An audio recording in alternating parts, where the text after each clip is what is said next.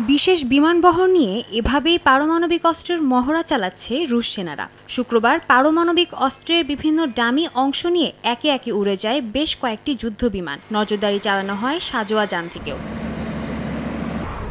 Ukraine যুদ্ধ নিয়ে পশ্চিমা হুমকির জেরে নিজেদের সক্ষমতা জানান দিতেই বিমান বাহিনীর বিশেষ এই পারমাণবিক অস্ত্রের মহড়া রাশিয়ার। দেশটির দক্ষিণ ও মধ্যাঞ্চলের সামরিক বাহিনীর মিসাইল ইউনিট এই মহড়ায় অংশ নেয়, যেখানে পারমাণবিক অস্ত্র ছোড়ার বিশেষ যানসহ ডামি ওয়ারহেড ব্যবহার করা হয়। গত 6 মে এই মহড়ার ঘোষণা দেয় রুশ সরকার। এ সময় রাশিয়ার প্রতিরক্ষা মন্ত্রণালয় জানায়, পশ্চিমা কিছু কর্মকর্তার উস্কানিমূলক মন্তব্যের জেরে নিজেদের সুরক্ষা নিশ্চিত করতেই এই মহড়ার আয়োজন।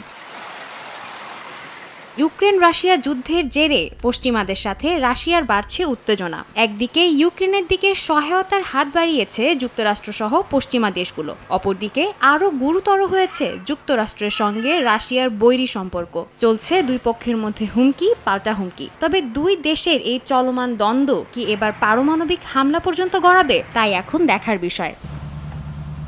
সাদিয়া তাসনিম, সময় সংবাদ।